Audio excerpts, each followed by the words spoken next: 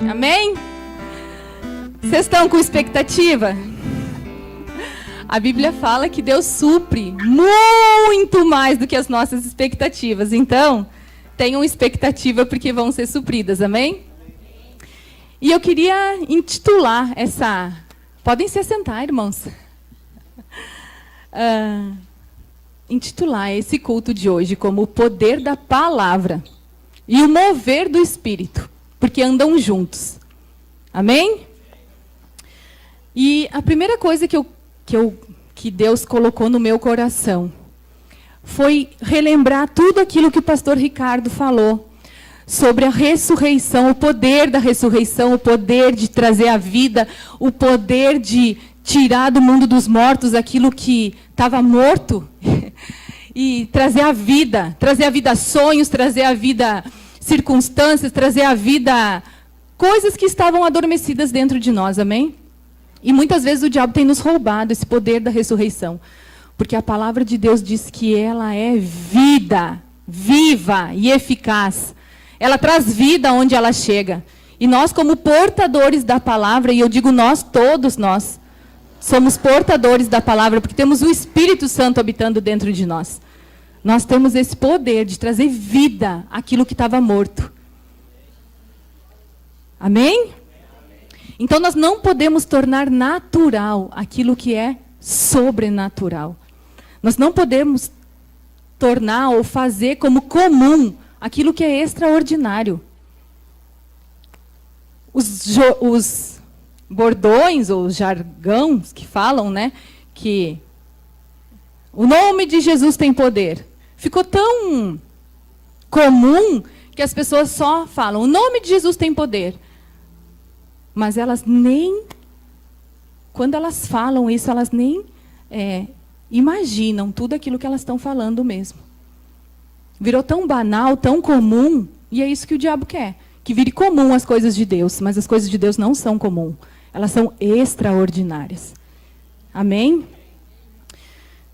Tem gente que vai receber a salvação hoje, e daqui a um mês vai estar correndo, vai estar vendo milagres, vai estar sentindo o poder de Deus, vai estar fazendo coisas extraordinárias, porque ela recebeu com fé a palavra, porque a palavra é a mesma. A Bíblia fala que Jesus é o mesmo ontem, hoje e eternamente. E ele e a palavra são um só, porque ele é o verbo que se fez carne. Ele é a própria palavra de Deus.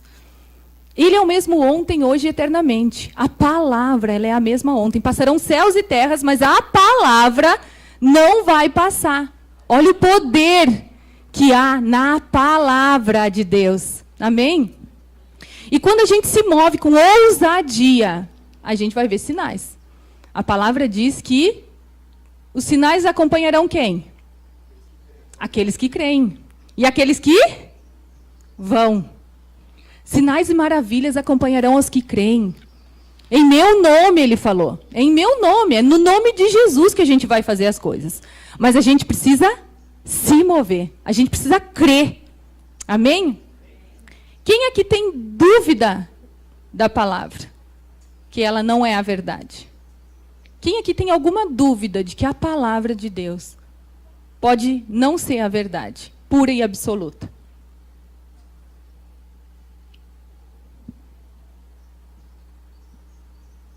E o que a palavra diz? Ela está bem próxima de ti, na tua boca e no teu coração.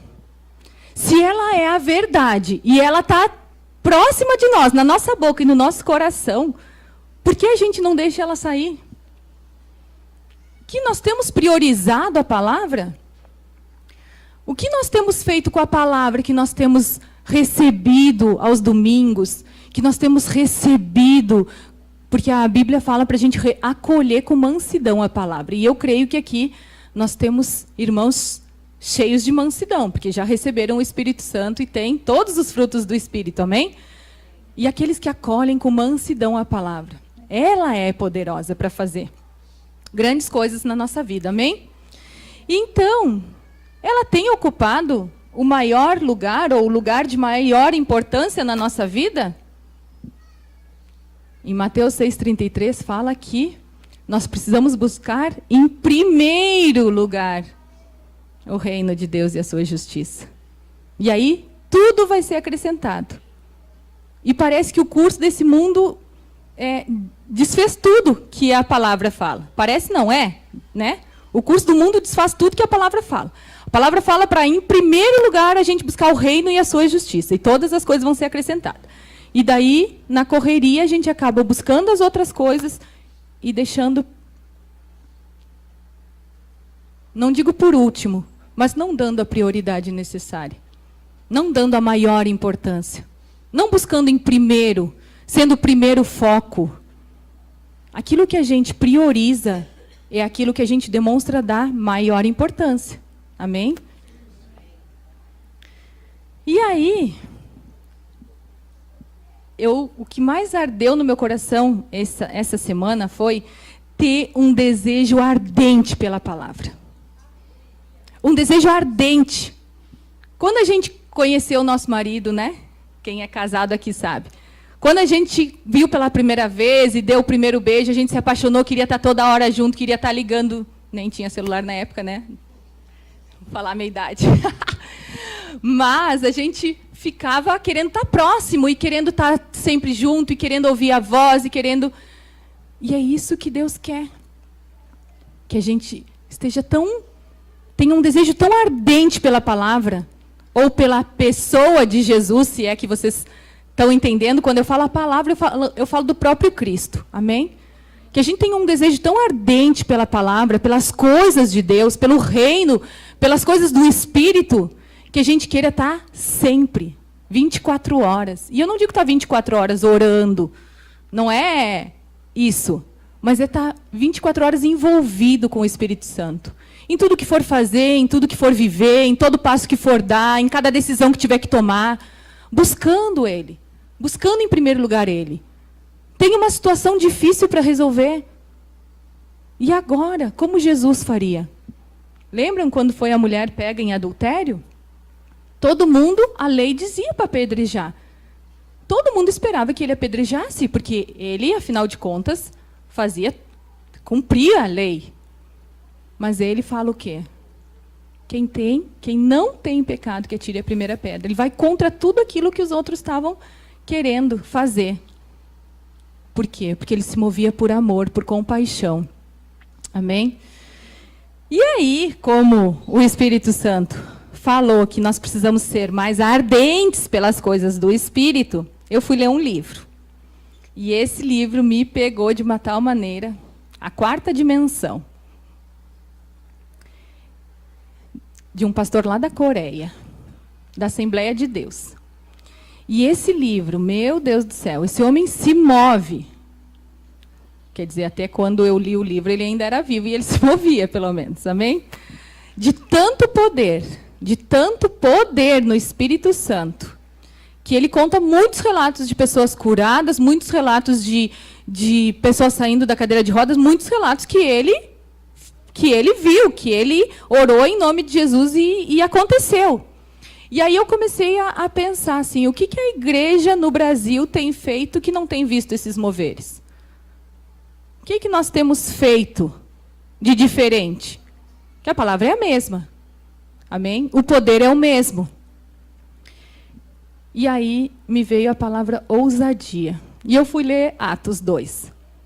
E aí a gente vê em Atos 2, o dia de Pentecostes, que o lugar ficou cheio do Espírito Santo e foram repartidas línguas como os de fogo e pousaram em cada um deles, e eles, cheios do Espírito, começaram a falar em outras línguas. Amém? E depois do dia de Pentecostes, em Atos 2:41, né? Atos 2, ali, enfim, fala todo o discurso de Pedro, a primeira pregação de Pedro, então, né? Porque eles achavam que eles estavam bêbados, e Pedro fala, mas é 9 horas da manhã, vocês estão enganados, eles não estão bêbados, eles estão realizando aquilo que o profeta Joel falou, que nos últimos tempos derramarei do meu espírito sobre toda a carne, e os jovens terão visões, os velhos sonharão, né? E aí ele vai dando toda a explicação do que estava acontecendo ali, que mover era aquele, que era aquilo ali, que cada um deles falavam nas línguas e os outros em seus idiomas entendiam tudo. E aí eles começaram a dar ouvidos à pregação de Pedro. E aí, em Atos 2:41, vamos abrir lá? Não era agora, mas amém. Atos 2, a gente vai ler bastante Atos 2 hoje. Bastante o livro de Atos.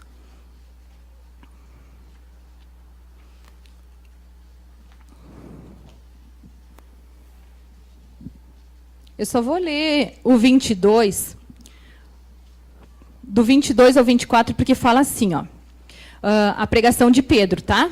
Ele fala assim, ó: Israelitas, escutai estas palavras.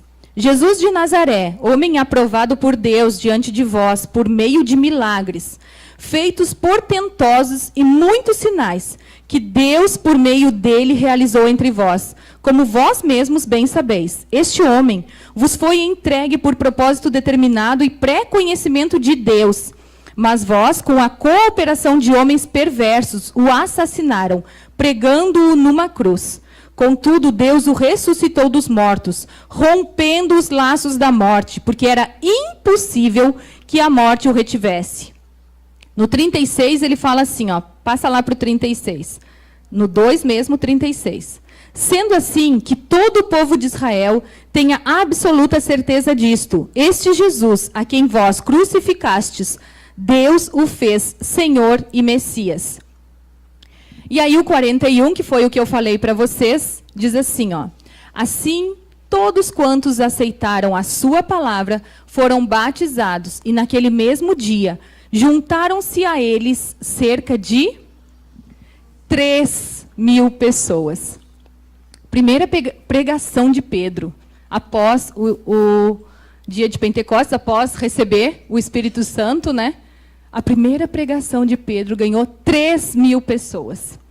E aí, como eu estava falando, que a gente precisa dar importância ou ter um desejo ardente pelas coisas de Deus, Deus me levou a Romanos 4:17. Mas não precisa abrir, tá? Eu vou falar a palavra. Vai falar lá que ele ressuscita, né? E que chama as coisas que não são como se já fossem. Esse é o nosso Deus. Ele é um Deus criador. Amém? A palavra de Deus é a que cria todas as coisas. Deus falou e todo o universo se formou. A Bíblia fala em Gênesis 1:1 que a terra era ou estava sem forma e vazia. E o Espírito Santo pairava por sobre as águas. Amém? E Deus disse: haja luz. E houve luz. E Deus disse: haja firmamento. E houve o firmamento. Mas aonde que estava o Espírito Santo? Ele não estava ali? E por que nada tinha acontecido?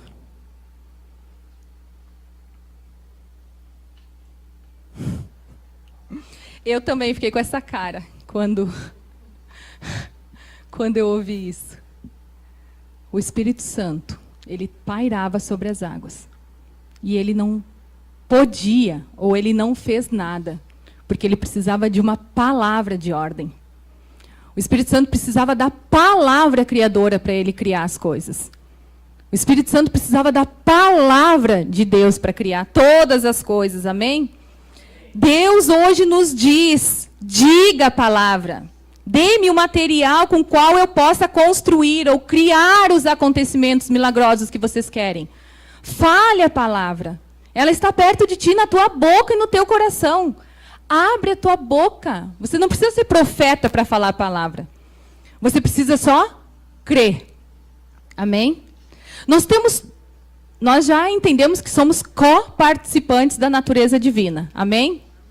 Todo mundo sabe aqui que é coparticipante da natureza divina? Ou seja, o mesmo DNA de Deus, quando a gente nasceu de novo no Espírito, a gente recebeu o mesmo Espírito que ressuscitou Jesus dentre os mortos. Esse Espírito criador, ele está aqui. Diz assim, ó, ele está aqui.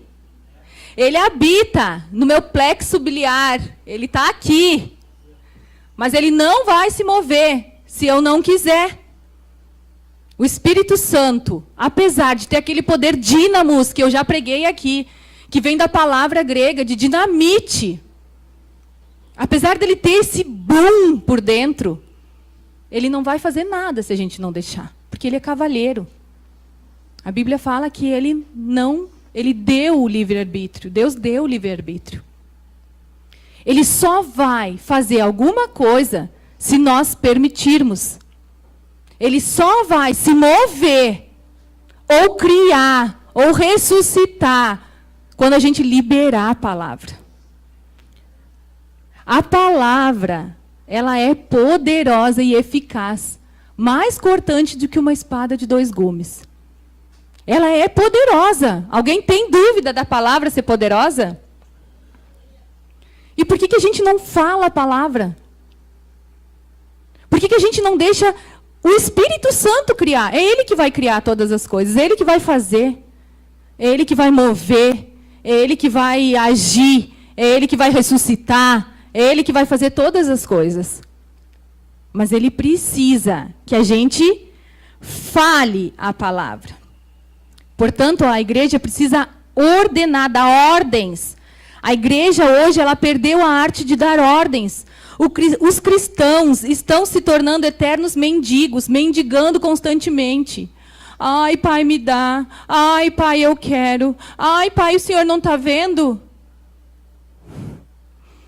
Querem saber o que Deus disse para Moisés, quando Moisés foi reclamar lá?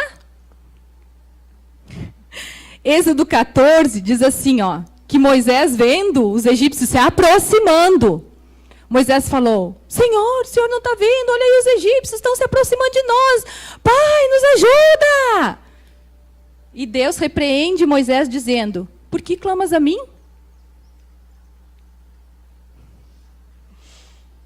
Ordena, diga ao povo que marche. Ordena as águas.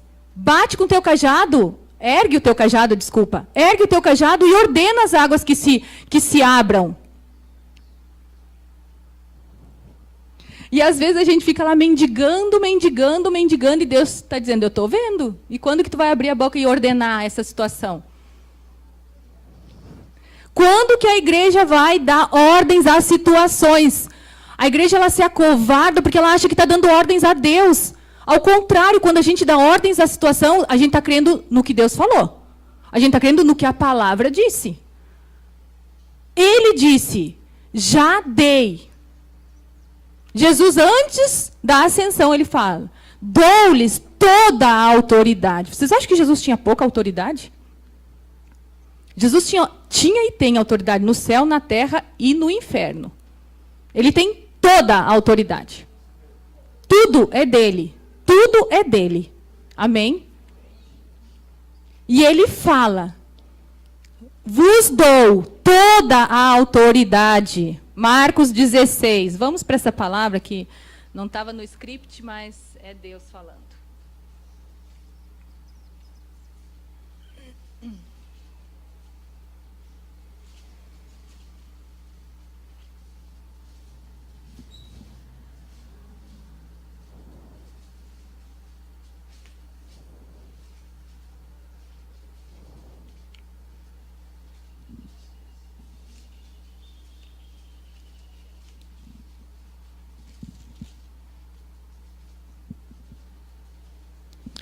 Em Mateus 28, ele fala que toda a autoridade me foi dada. Amém? Então, toda a autoridade de Jesus, ele mandou, ele nos outorgou para que a gente vá.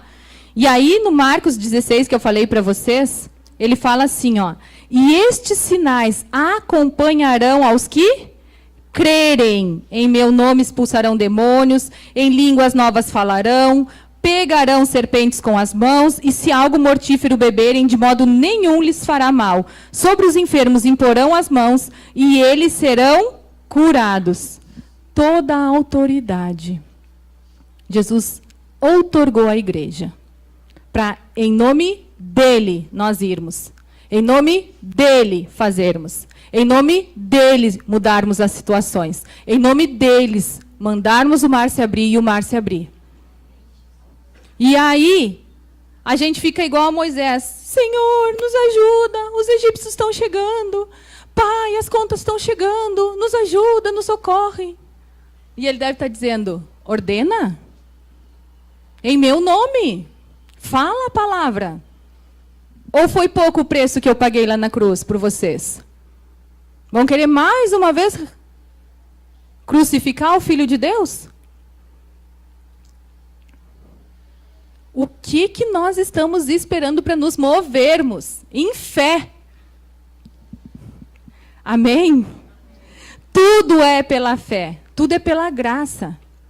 Só que tudo já nos foi dado. Tudo já nos foi dado. Nós precisamos, em vez de ficar pedindo, mendigando as bênçãos de Deus, vamos para a palavra e vamos ler o que diz sobre as bênçãos de Deus. Onde que nós estamos em Cristo?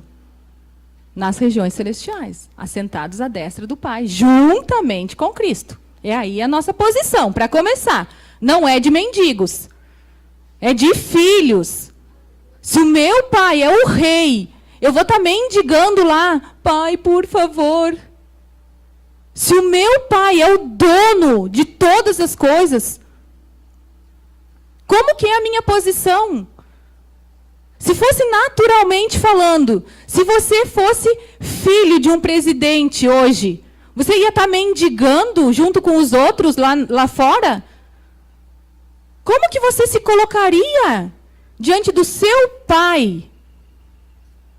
É isso que Deus quer, que a gente abra os olhos do nosso entendimento e veja o que somos nele. E sabendo o que somos e o que podemos nele, parar de mendigar e começar a agir. Agir por fé, falar a palavra. Fala a palavra. As coisas vão acontecer quando a gente falar a palavra. Porque quem vai agir não é nós mais. Aí é ele. Mas ele precisa que a gente abra a nossa boca e fale a palavra. Amém? Há tempo de orar, mas também há tempo de dar ordens. Aonde que a gente ora? Onde que a Bíblia nos ensina a orar? Nas praças, levantando as mãos como os hipócritas para serem vistos por todos. Amém? Ou ai de mim? Ai de mim. A Bíblia fala para a gente ir para o nosso quarto e orar. Jesus, às vezes, ele passava a noite toda orando. A Bíblia fala que ele orava, daqui a pouco ele voltava, daqui a pouco ele orava. Mas no dia seguinte, quando ele saía, ele não saía, pai, por favor, vai comigo, pai, vai atrás de mim, pai, eu preciso fazer as coisas. Não, ele orava a noite toda e no outro dia ele ia marchando e dando ordens. Sai, falava para o enfermo, levanta agora, e ele levantava. Falava para o outro, seja purificado, e ele era. Falava para o mar, cala-te, mar, aquieta-te, e ele se acalmava. Ele dava ordens, porque ele sabia quem era em Cristo. E a Bíblia fala que nós somos co-participantes dessa mesma natureza. E nós precisamos nos mover para ver as coisas acontecer. Se a gente não falar nada, se a gente ficar quietinho, as coisas não vão acontecer. Se a gente não falar nada, ficar só dentro de casa, nada vai acontecer. A gente precisa abrir a nossa boca como profetas de Deus e falar a palavra. Se a cura me pertence, então eu sou curada. Se o Senhor falou para eu ir e pregar o evangelho a toda criatura, eu vou ir. Se o Senhor falou para eu impor as mãos sobre os enfermos e eles serão curados, eu vou impor. Quem vai fazer a obra? Deus. Nada vem de nós. Amém? Para a gente entender, eu acho maravilhosa a passagem que fala de João Batista. João Batista, ele viveu, se moveu, digamos, o ministério dele um pouco antes de Jesus. E deu choque nos dois ministérios, porque daí Jesus veio, ele veio para endireitar o caminho, amém? Todo mundo perguntava para ele, quem diz que tu é? Tu és o Elias, tu és o profeta, tu és o quê? E ele dizia, eu sou a voz do que clama no deserto. Endireitai os caminhos, porque o Senhor está vindo. Arrependei-vos, porque é chegado o reino de Deus. E aí, os abençoadinhos lá, quiseram jogar um contra o outro. Chegaram para João Batista e disseram, olha, Jesus e os discípulos dele estão batizando mais que nós aqui, para ver se os dois brigavam. E João Batista, com uma sabedoria tremenda, ele fala, né? Ele fala que o noivo, o amigo do noivo se alegra quando o noivo chega, porque ele estava só ajudando nos preparativos para o casamento. E ele ainda fala, nada do que ele tinha não teria sido dele se do céu não fosse dado. Nada do que o homem tem não vem se não vier do céu. E ele ainda fala mais, que diminua eu e ele cresça. Que diminuamos nós e Cristo cresça em nós. Amém? João Batista sabia o que ele tinha vindo fazer. Ele só tinha vindo para preparar o caminho para o Messias. Ele sabia que ele não era o Messias. E ainda a Bíblia fala que dos homens nascidos de mulher, João Batista era o maior. Olha que maravilhoso. Ele veio para fazer a vontade de Deus e ponto. Ele não quis ser estrelinha, ele não quis ser nada. Ele sabia que quem movia ele era Deus. E ele não ficou se achando pior ou melhor. E o galardão dele já foi preparado, amém? É isso que a gente precisa saber. Quem que vai fazer? O Espírito Santo. Quem que vai se mover? Diz, eis-me aqui, Senhor. Amém. Diz, irmãos, eis-me aqui, Senhor. Quem vai fazer é Ele. A gente só precisa se mover. Amém? Aleluia. Aí, eu falei que a gente ia falar bastante em Atos, né? Vamos, então, abrir Atos. A gente abriu Atos 2, né? Vocês viram que a primeira pregação de Pedro... Ai, parece até um trava-línguas, né? Primeira pregação de Pedro. Arrebanhou naquele dia 3.000 pessoas, amém? E aí agora a gente vai para Atos 3. Atos 3, 6.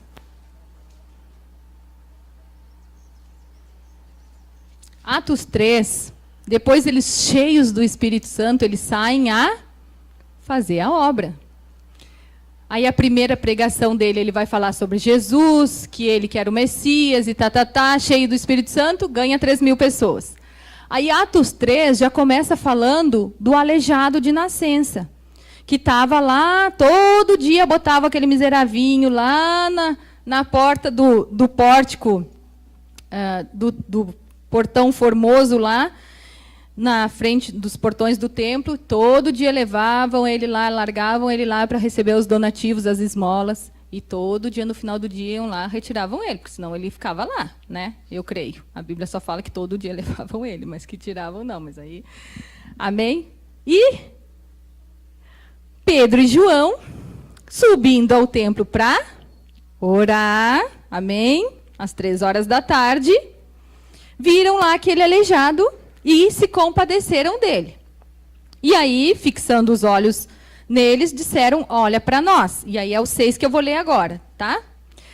Então afirmou-lhe Pedro. Ele pediu donativos, claro, né? Ele olhou para eles achando que eles iam dar ajuda, dar os donativos que todo dia eles pediam, as moedinhas. Então afirmou-lhe Pedro, não possuo prata nem ouro, mas o que tenho, isso te dou. Em o nome de Jesus Cristo Nazareno, ergue-te e anda. Aleluia. Quem que curou aqui? O nome, ele vai falar aqui agora, depois, tá? Quem que curou? Foi o nome de Jesus, ou o Espírito Santo que habitava neles, amém? Ou os dois juntos, claro, não é ou, não é um ou outro, é os dois, amém? Mas foi o nome de Jesus que curou. Mas eles, cheios do Espírito Santo, eles foram e se moveram. E não tiveram medo, viram aquele homem lá que de nascença a Bíblia fala que era aleijado e simplesmente fizeram aquilo que Deus tinha falado para eles fazer. Ide, pregai, impor as mãos, curai, amém? E aí, no 11, eu vou ler o 11 agora até o 16, que Pedro vai fazer a segunda pregação, no caso. Apegando-se o mendigo a Pedro e João, todo o povo correu maravilhado para junto deles, num lugar chamado Pórtico de Salomão. Ao perceber isso, Pedro exclamou ao povo: varões de Israel, por que vos admirais a respeito disso? Por que estáis olhando para nós como se nós tivéssemos feito este homem andar por nosso próprio poder ou santidade? O Deus de Abraão, de Isaque e de Jacó, o Deus dos nossos antepassados, glorificou ao seu servo Jesus, a quem vós entregastes para ser morto, e diante de Pilatos o rejeitastes quando este havia decidido soltá-lo. Todavia, vós negastes publicamente o santo e justo, e pedistes que um assassino fosse libertado. Vós matastes o autor da vida, a quem Deus ressuscitou dentre os mortos, e nós somos testemunhas deste fato. Pela fé em o nome de Jesus, o nome curou este homem, que aqui vedes e bem o conheceis. Sim, a fé que vem por meio de Jesus deu a este agora saúde perfeita, como todos podem observar. Aleluia. Glória a Deus. E Atos 4, a gente vai ler, então, que essa pregação juntou ou ganhou mais 5.000 pessoas. Então, em 2 pregações, quantas foram? Conta de matemática aí, 5 mais 3.000? 5.000 mais 3.000? 8.000 pessoas se juntaram a eles, por causa da ousadia, da intrepidez, e por eles estarem falando e fazendo aquilo que Deus mandou eles fazerem. Amém? E aí vamos ler Atos 4, porque Atos, eu já falei aqui uma vez, eu lembro, que Atos é um livro que ele não tem fim.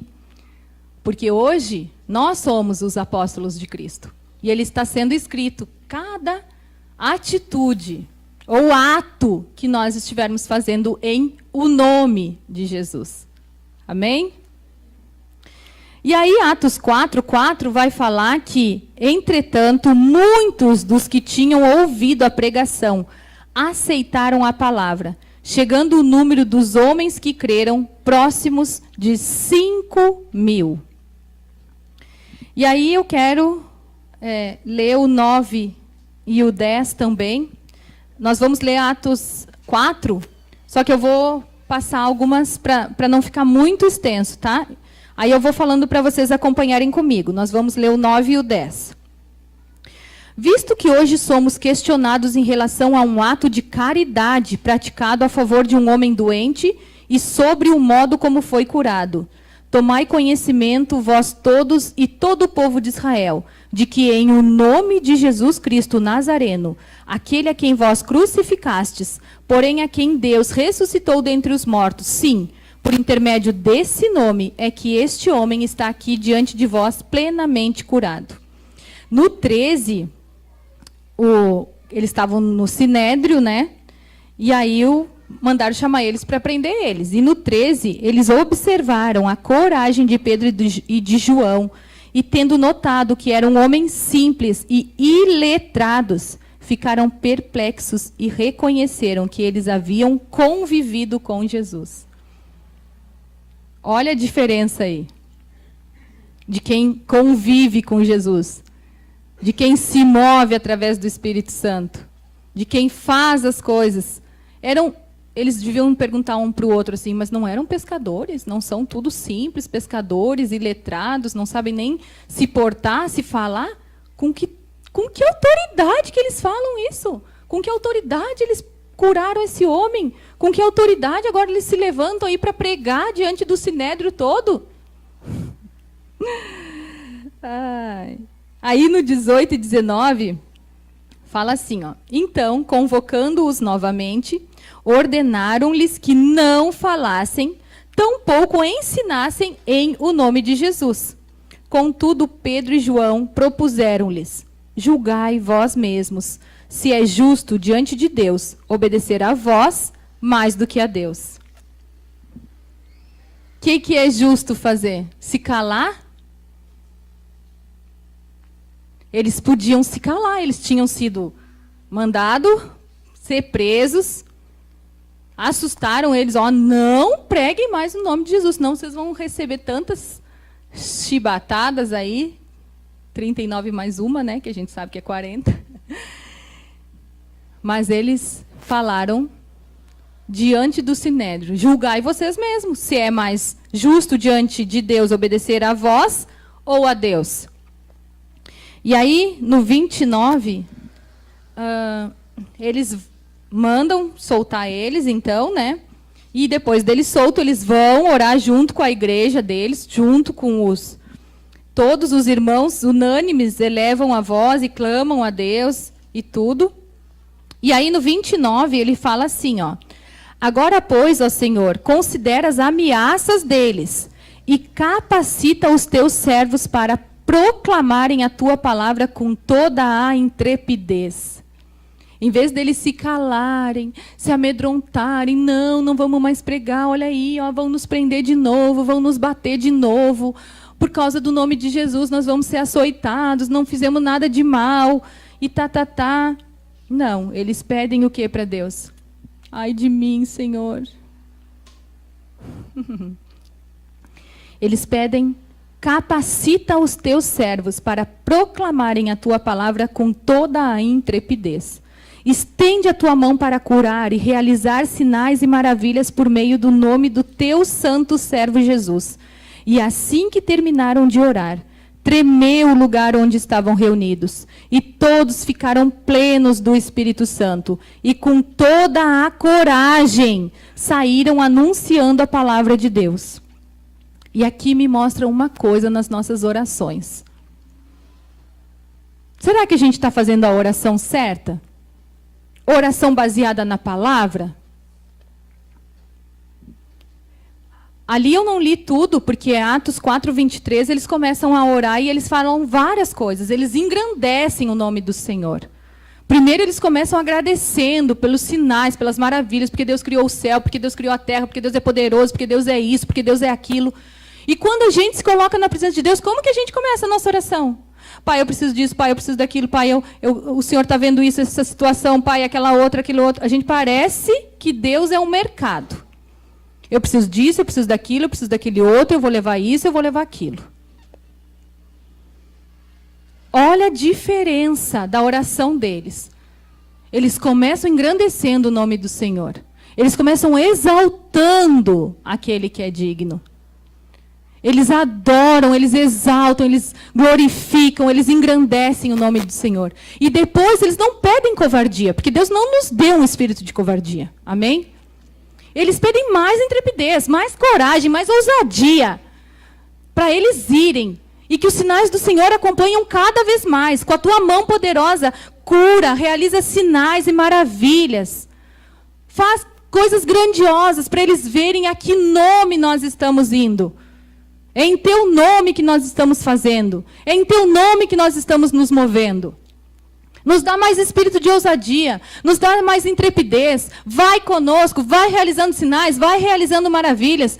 E esse povo vai ter que se curvar. Se não por aquilo que estamos fazendo, pelas obras que eles estão vendo. Amém? Glória a Deus. Aleluia. E assim que terminaram de orar, vamos ler o 31 de novo. O lugar onde eles estavam reunidos. Todos ficaram plenos do Espírito Santo. E com toda a coragem saíram anunciando a palavra de Deus. E eu creio. Plena convicção. A fé é a certeza, a plena convicção daquilo que a gente espera. Amém? E eu creio que esse espírito de ousadia, ele já está dentro de nós. Porque o Espírito Santo, ele é esse espírito poderoso. Ele é esse espírito que cria as coisas. Ele é esse espírito que se move, que faz acontecer, que ressuscitou Jesus dentre os mortos, que ressuscita sonhos, que move as coisas. E eu creio que esse espírito de ousadia, se a gente começar a orar e buscar em Deus, nós vamos ser cheios desse Espírito, do Espírito Santo. espírito de ousadia, de intrepidez, no pleno conhecimento da palavra. Amém? Que a gente se mova sabendo quem nós somos. Porque o que acontece? Quando o povo não sabe que ele é liberto, ele está escravo. A Bíblia fala disso. E conhecereis a verdade, e a verdade vos libertará. Virou um bordão isso.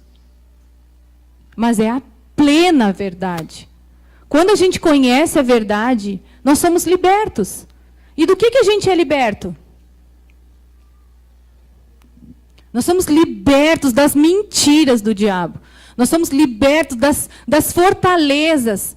Às vezes, uma vida inteira escutando você é isso, você é isso, você é isso, você é isso, você não dá para nada, você não consegue, você não vai por aí, você não sabe, você não... De tanta gente ouvir isso, criou uma fortaleza na nossa mente que a gente não consegue transpor. Mas quem que é poderoso para destruir fortalezas? E eu acho maravilhoso que Deus nos ensina a destruir fortalezas. Nos ensina! Olha Josué lá.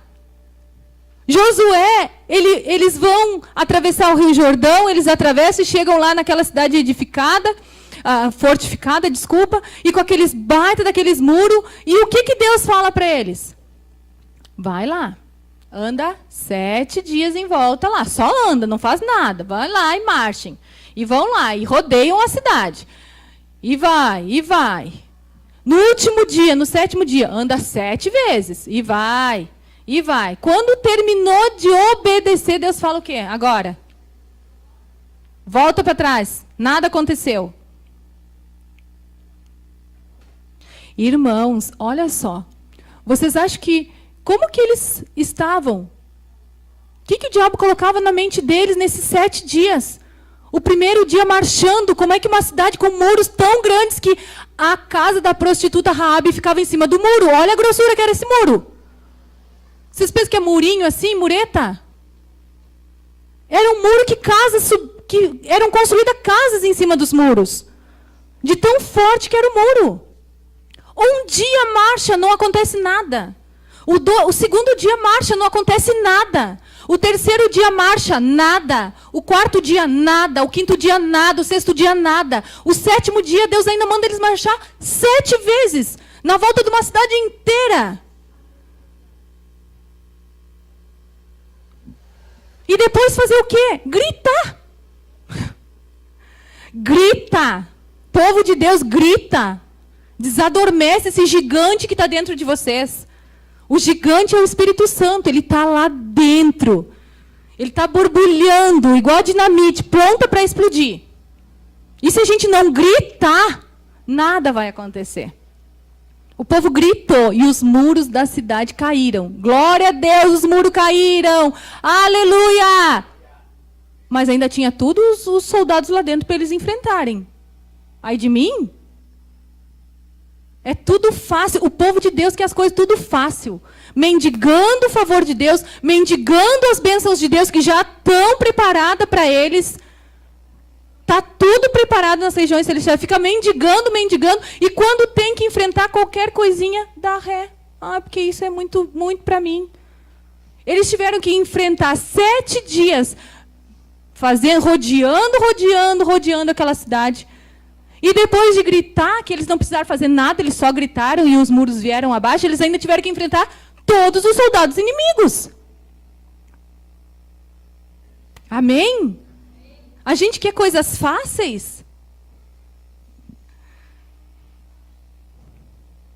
E quantas almas estão lá fora, querendo receber aquilo que vocês têm dentro? Quantas pessoas estão morrendo? E a vontade de Deus... Vocês acham que Deus se alegra quando um ímpio morre? Ele quer jogar as pessoas no inferno? O inferno não foi preparado para o homem.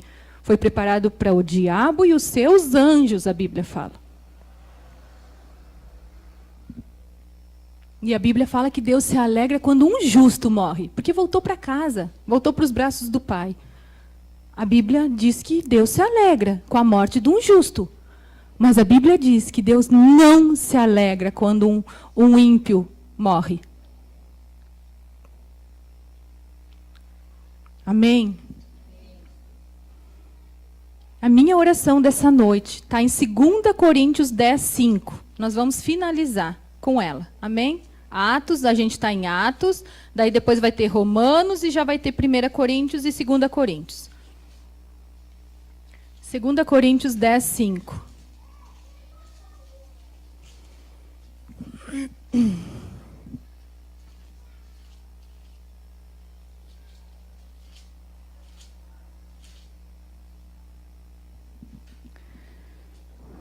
Eu vou ler numa versão que eu achei bem fácil de entender. Amém? Destruindo argumentos e toda a altivez que se levanta contra o conhecimento de Deus, e levando cativo todo o entendimento à obediência de Cristo. Amém? Que a nossa mente não esteja tão cauterizada, que a verdade não nos mova mais. Que a nossa mente ela esteja aberta. E a gente sabe que a gente precisa transformar a nossa mente com a palavra. Amém? Mas que a gente destrua todos os argumentos que se levantam e a altivez. O diabo, ele sabe em cada um o jeito de fazer cair, ou o jeito de fazer desanimar, ou o jeito de entristecer. Mas que a gente ore essa oração. E que o nosso pensamento seja levado à obediência de Cristo. Que Ele nos guie. Que Ele nos faça caminhar. Que Ele nos faça andar. Que Ele nos faça nos mover. Por Ele nós nascemos, nos movemos e existimos. Que por Ele a gente ande, que por Ele a gente faça as coisas, que por Ele a gente viva. Amém? Deus tem o sobrenatural. Quando Jesus ensinou a oração do Pai Nosso, Ele falou: faça a tua vontade, assim como é no céu, aqui na terra. Nós podemos trazer à existência o céu aqui para a terra. Orando, declarando a palavra, falando a palavra e nos movendo para que isso aconteça. Amém? Vamos nos colocar de pés? E vamos orar?